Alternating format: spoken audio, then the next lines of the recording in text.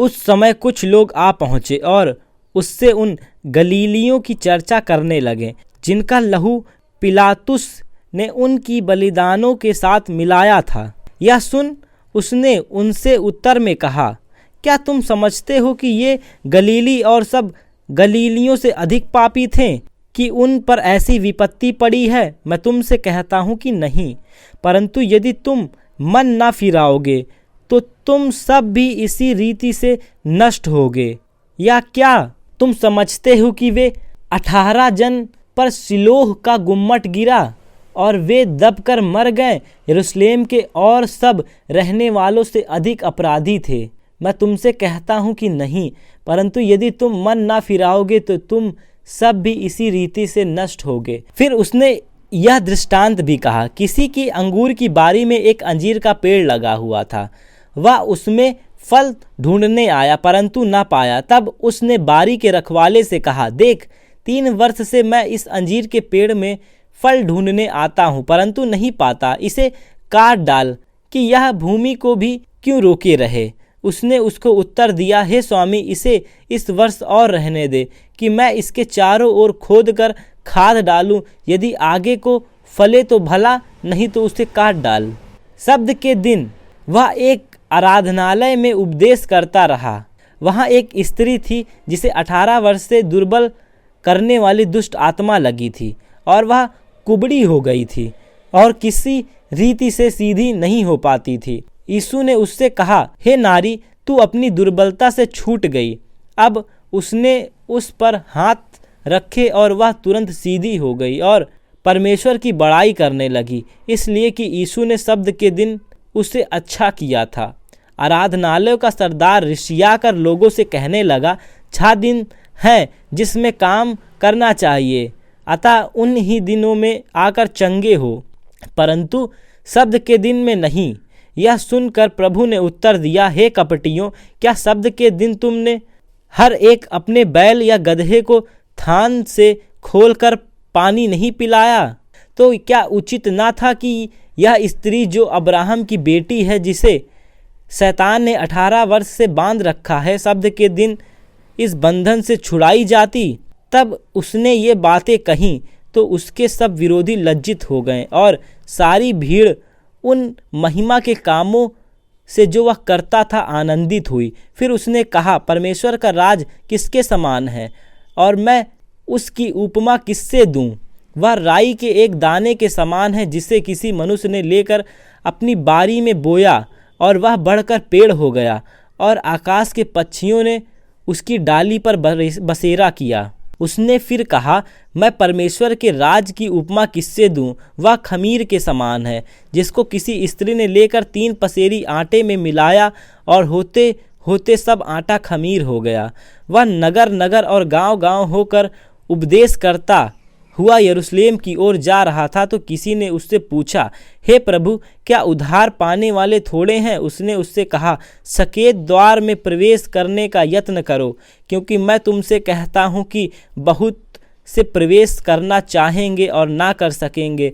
जब घर का स्वामी उठकर द्वार बंद कर चुका होगा और तुम बाहर खड़े हुए द्वार खटखटा कर कहने लगे, हे प्रभु, हमारे लिए खोल दे और हम अंदर आएं, और वह उत्तर दे, मैं तुम्हें नहीं जानता, तुम कहाँ के हो? तब तुम कहोगे, हमने तेरे सामने खाया पिया, तूने हमारे बाजारों में उपदेश किया। परंतु वह कहेगा, मैं तुमसे कहता हूँ, मैं तुमको नहीं जानता, तुम कहाँ से हो? हे कुकर्म करने वालों, तुम सब मुझसे दूर हो। वहाँ रोना और दांत पीसना होगा, जब तुम अब्राहम और इसहाक और याकूब और सब भविष्यद्वक्ताओं को परमेश्वर के राज में बैठे और अपने आप को बाहर निकाले हुए देखोगे, और पूर्व और पश्चिम, उत्तर और दक्षिण से लोग आकर परमेश्वर के राज के भोज में भागी होंगे। और देखो, कुछ पिछले हैं वे पहले होंगे और कुछ जो पहले हैं वे पिछले होंगे। उसी घड़ी कुछ फरीसियों ने आकर उससे कहा, यहाँ से निकल कर चला जा, क्योंकि हेरोदेस तुझसे मार डालना चाहता है। उसने उससे कहा, जाकर उस लोमड़ी से कह दो कि देख, मैं आज और कल दुष्टात्माओं को निकालता और बीमारों को चंगा करता हूँ, और तीसरे दिन अपना कार्य पूरा करूँगा।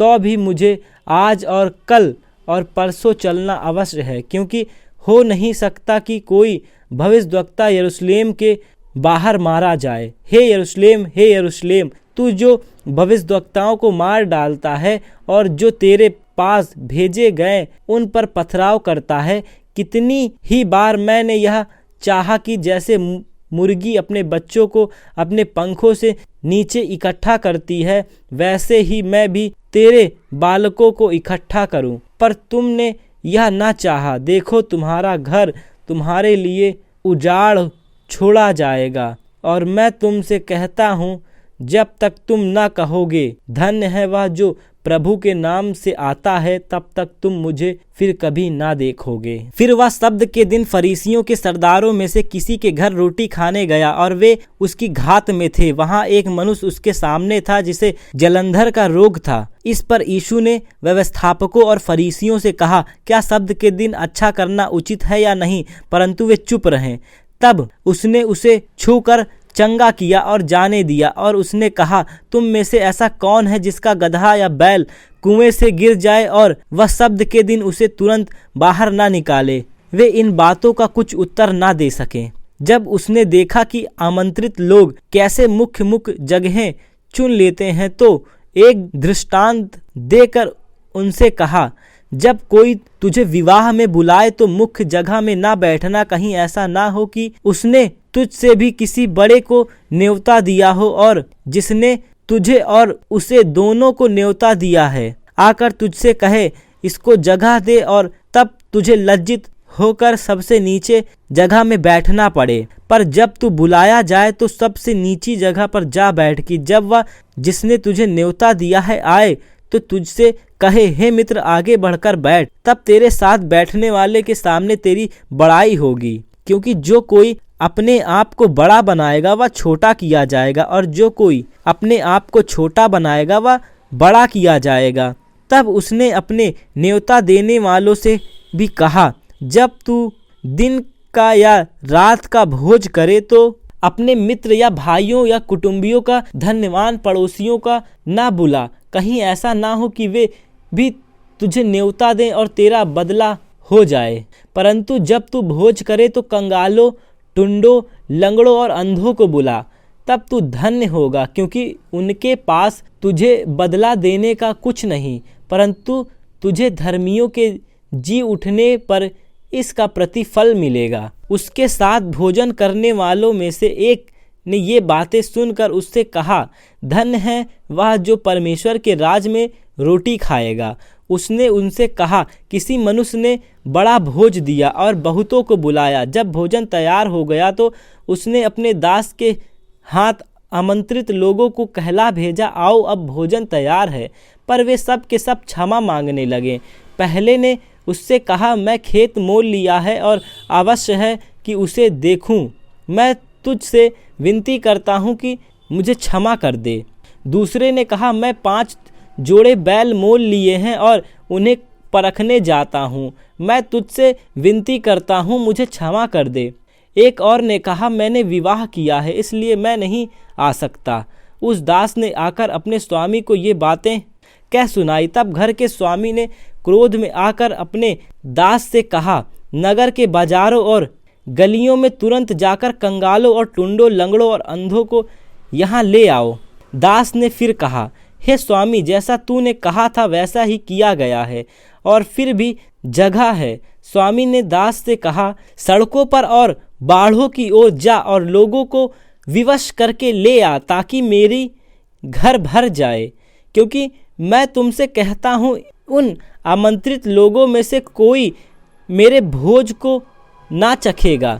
जब बड़ी भीड़ उसके साथ जा रही थी तो उसने पीछे मुड़कर उनसे कहा, यदि कोई मेरे पास आए तो अपने पिता और माता और पत्नी, बच्चों और भाइयों और बहनों वरन अपने प्राण को भी अप्रिय ना जाने, तो वह मेरा चेला नहीं हो सकता। और जो कोई अपना क्रूस ना उठाए और मेरे पीछे ना हो ले, वह भी मेरा चेला नहीं हो सकता। तुम में से कौन है जो गढ़ बनाना चाहता हो और पहले बैठकर खर्च ना जोड़े कि पूरा करने की सामर्थ्य मेरे पास है कि नहीं।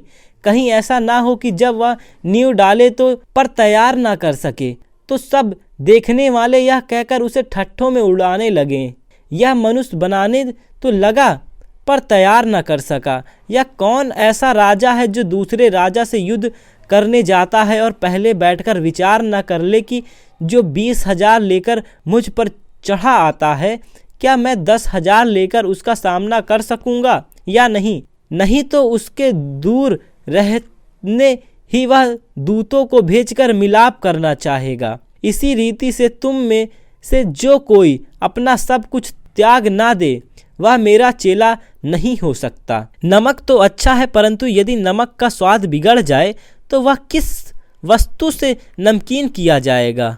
वह ना तो भूमि के और न खाद के लिए काम में आता है, उसे तो लोग बाहर फेंक देते हैं। जिसके सुनने के कान हो वह सुन ले। सब चुंगी लेने वाले और पापी उसके पास आया करते थे ताकि उसकी सुने, पर फरीसी और शास्त्री कुड़कुड़ा कर कहने लगे, यह तो पापियों से मिलता है और उनके साथ खाता भी है। तब उसने उनसे यह दृष्टांत कहा, तुम में से कौन है जिसकी 100 भेड़ें हो और उनमें से एक खो जाए तो 99 को जंगल में छोड़कर उस खोई हुई को जब तक मिल न जाए खोजता ना रहे, और जब मिल जाती है तब वह बड़े आनंद से उसे कंधे पर उठा लेता है और घर में आकर मित्रों और पड़ोसियों को इकट्ठा करके कहता है, मेरे साथ आनंद करो क्योंकि मेरी खोई हुई भेड़ मिल गई है। मैं तुमसे कहता हूँ, इसी रीति से एक मन फिराने वाले पापी के विषय में भी स्वर्ग में इतना ही आनंद होगा जितना कि 99 ऐसे धर्मियों के विषय नहीं होता जिन्हें मन फिराने की आवश्यकता नहीं।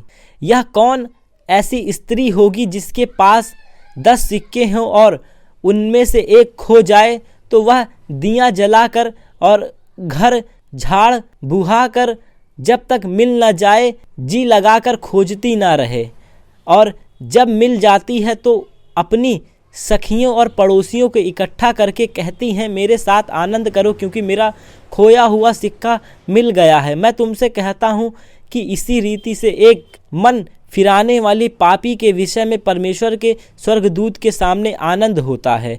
फिर उसने कहा, किसी मनुष्य के 2 पुत्र थे। उनमें से छोटे ने पिता से कहा, हे पिता, संपत्ति में से जो भाग मेरा हो वह मुझे दे दीजिए।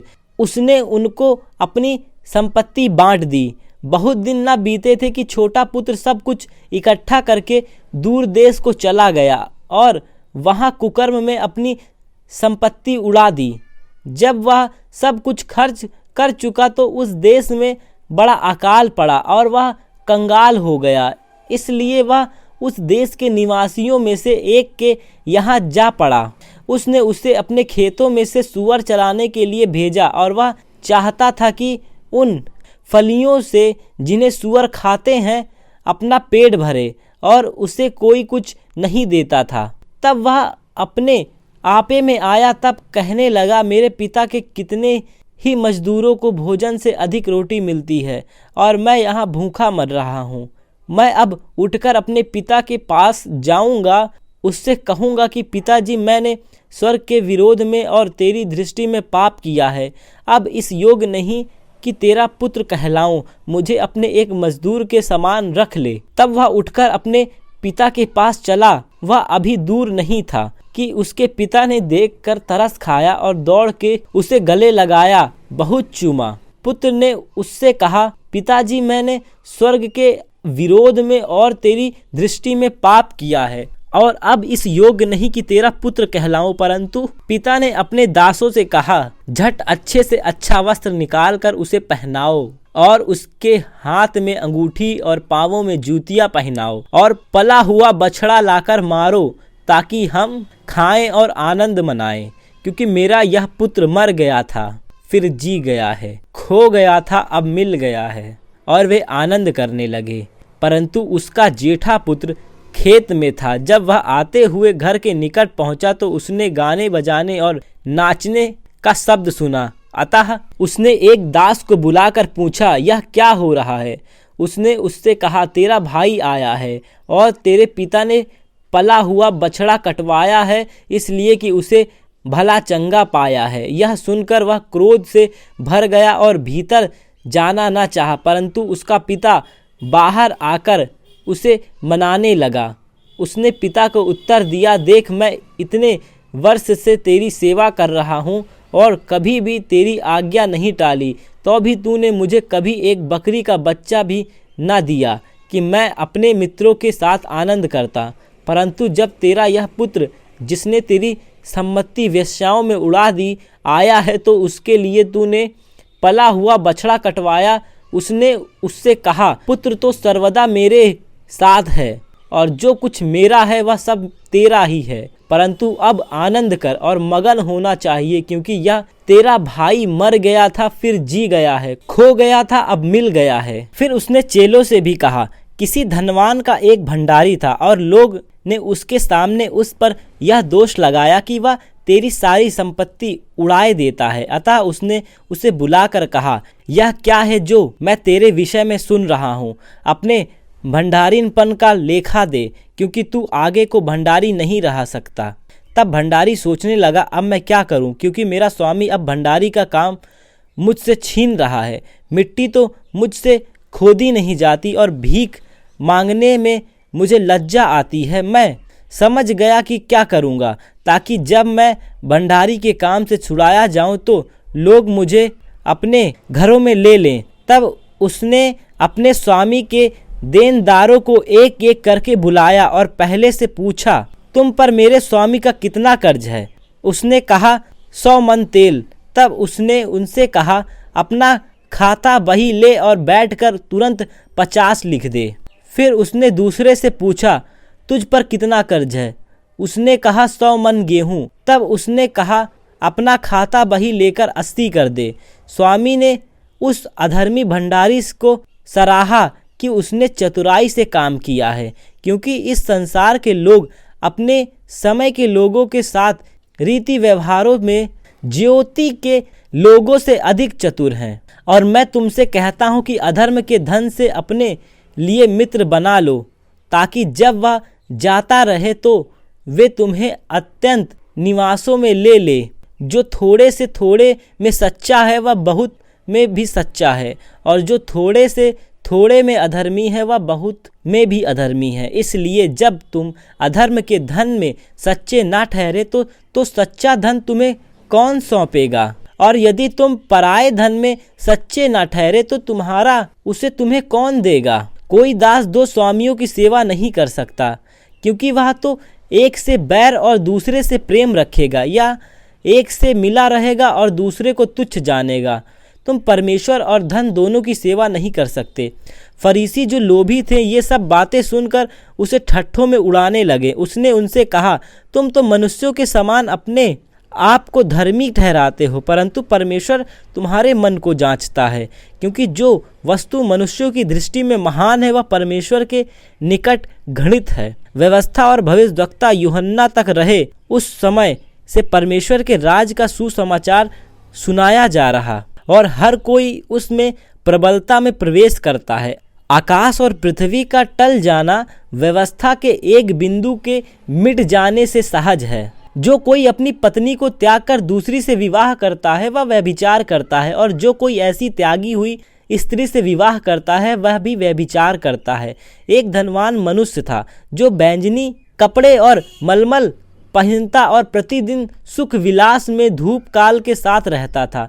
लाजर नाम का एक कंगाल घावों से भरा हुआ उसकी डेवड़ी पर छोड़ दिया जाता था, और वह चाहता था कि धनवान की मेज पर की जूठन से अपना पेट भरे। यहाँ तक कि कुत्ते भी आकर उसके घाव को चाटते थे। ऐसा हुआ कि वह कंगाल मर गया और स्वर्गदूतों ने उसे लेकर अब्राहम की गोद में पहुंचाया।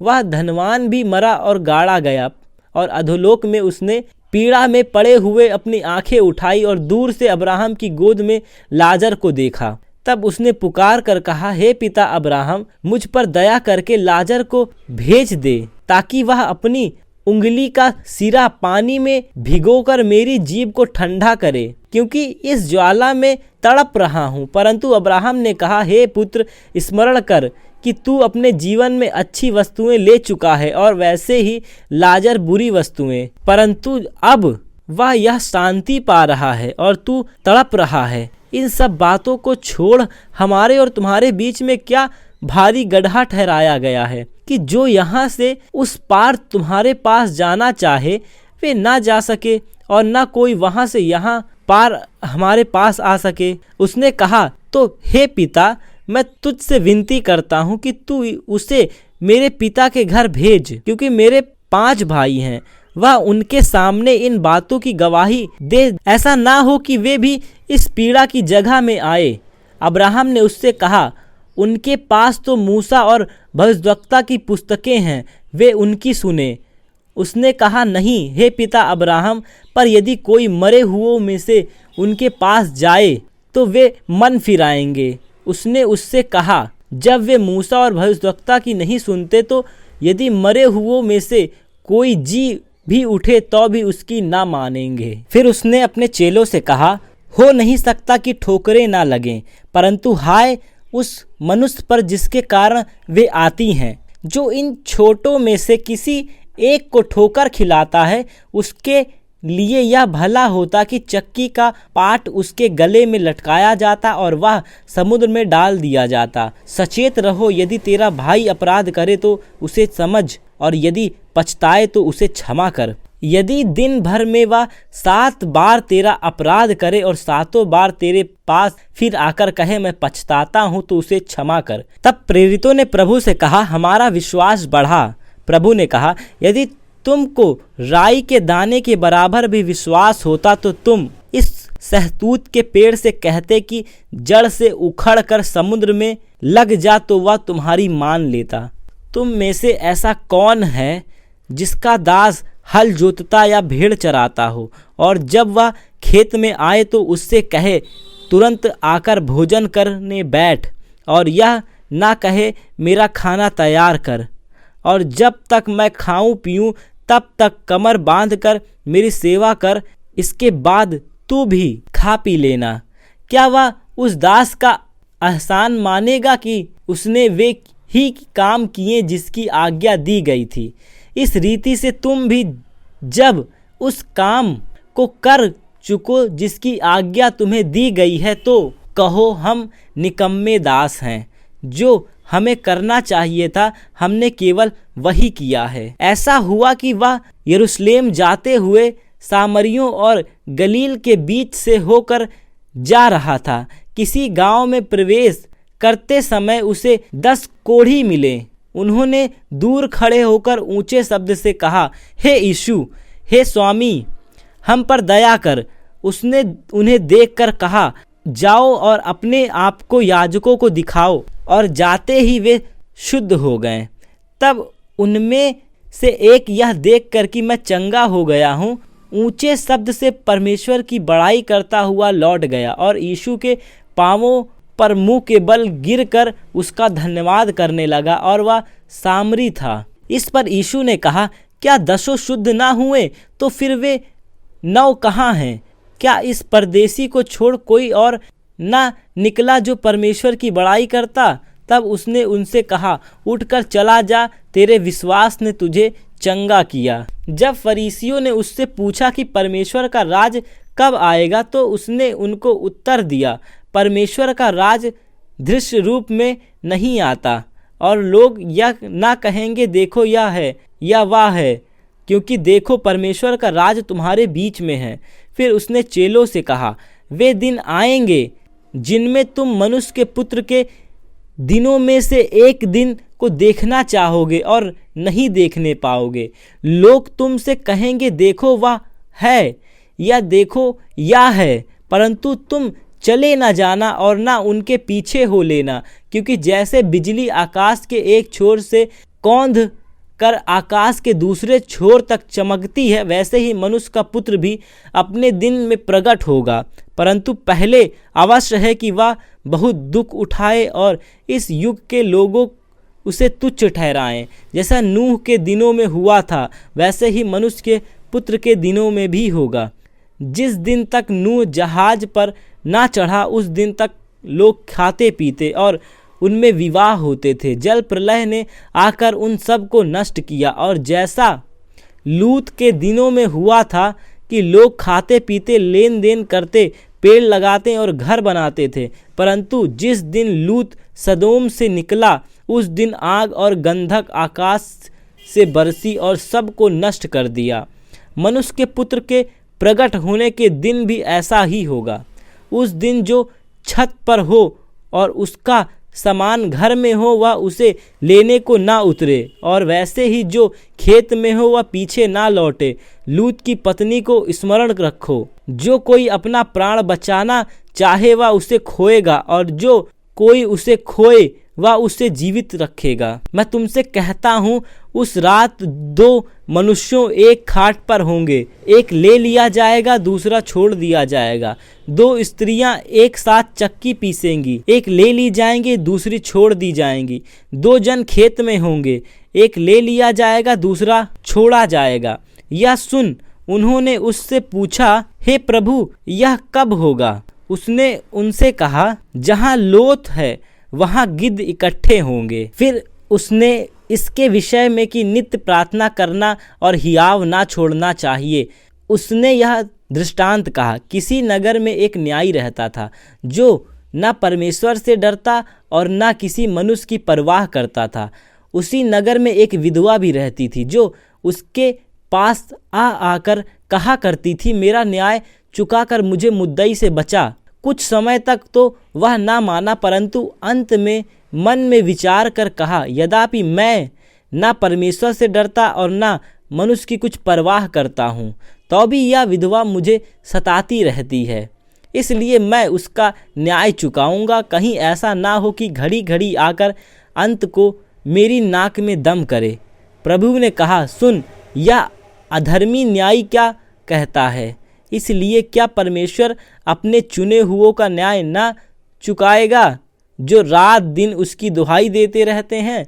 क्या वह उनके विषय में देर ना करेगा? मैं तुमसे कहता हूँ वह तुरंत उसका न्याय चुकाएगा। तो भी मनुष्य का पुत्र जब आएगा तो क्या वह पृथ्वी पर विश्वास पाएगा? उसने उनसे जो अपने ऊपर भरोसा रखते थे कि हम धर्मी हैं और दूसरों को तुच्छ जानते थे, यह दृष्टांत कहा। दो मनुष्य मंदिर में प्रार्थना करने के लिए गए, एक फरीसी था और दूसरा चुंगी लेने वाला। फरीसी खड़ा होकर अपने मन में यूं प्रार्थना करने लगा, हे परमेश्वर, मैं तेरा धन्यवाद करता हूँ कि मैं दूसरे मनुष्य के समान अंधेर करने वाला, अन्यायी और व्यभिचारी नहीं, और ना इस चुंगी लेने वाले के समान हूँ। मैं सप्ताह में 2 बार उपवास करता हूँ, मैं अपनी सब कमाई का 10वां अंश भी देता हूँ। परंतु चुंगी लेने वाले ने दूर खड़े होकर स्वर्ग की ओर आंखें उठाना भी न चाहा, वरन अपनी छाती पीट पीट कर कहा, हे परमेश्वर, मुझ पापी पर दया कर। मैं तुमसे कहता हूँ कि वह दूसरा नहीं परंतु यही मनुष्य धर्मी ठहराया जाकर अपने घर गया, क्योंकि जो कोई अपने आप को बड़ा बनाएगा वह छोटा किया जाएगा, और जो अपने आप को छोटा बनाएगा वह बड़ा किया जाएगा।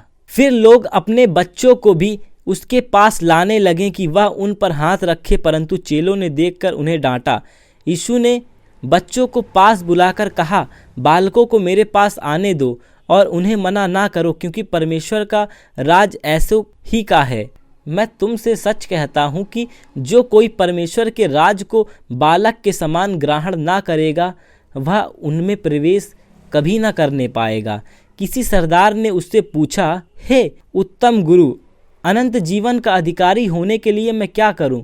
यीशु ने उससे कहा, तू मुझसे उत्तम क्यों कहता है? कोई उत्तम नहीं, केवल एक, अर्थात परमेश्वर। तू आज्ञाओं को जो जानता है, व्यभिचार ना करना, हत्या ना करना और चोरी ना करना, झूठी गवाही ना देना, अपने पिता और अपनी माता का आदर करना। उसने कहा, मैं तो इन सब को लड़कपन ही से मानता आया हूँ। यह सुन यीशु ने उससे कहा, तुझ में अब भी एक बात की घटी है, अपना सब कुछ बेचकर कंगालों को बांट दे और तुझे स्वर्ग में धन मिलेगा, और आकर मेरे पीछे हो ले। वह यह सुनकर बहुत उदास हुआ क्योंकि वह बड़ा धनी था। यीशु ने उसे देखकर कहा, धनवानों का परमेश्वर के राज में प्रवेश करना कठिन है। परमेश्वर के राज में धनवान के प्रवेश करने से ऊँट का सुई के नाके में से निकल जाना सहज है। इस पर सुनने वालों ने कहा, तो फिर किसका उद्धार हो सकता है? उसने कहा, जो मनुष्य से नहीं हो सकता वह परमेश्वर से हो सकता है।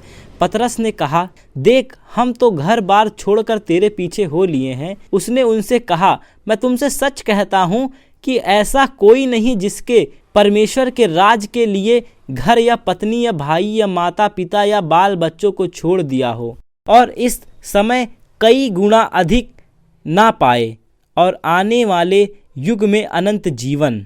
फिर उसने 12 को साथ में ले जाकर उससे कहा, देखो, हम यरूशलेम को जाते हैं और जितनी बातें मनुष्य के पुत्र के भविष्यद्वक्ताओं के द्वारा लिखी गई है वे पूरी होंगी, क्योंकि वह अन्य जातियों के हाथ में सौंपा जाएगा और वे उसे ठट्ठों में उड़ाएंगे और उसका अपमान करेंगे और उस पर थूकेंगे और उसे कोड़े मारेंगे और उसे घात करेंगे और वह तीसरे दिन जी उठेगा।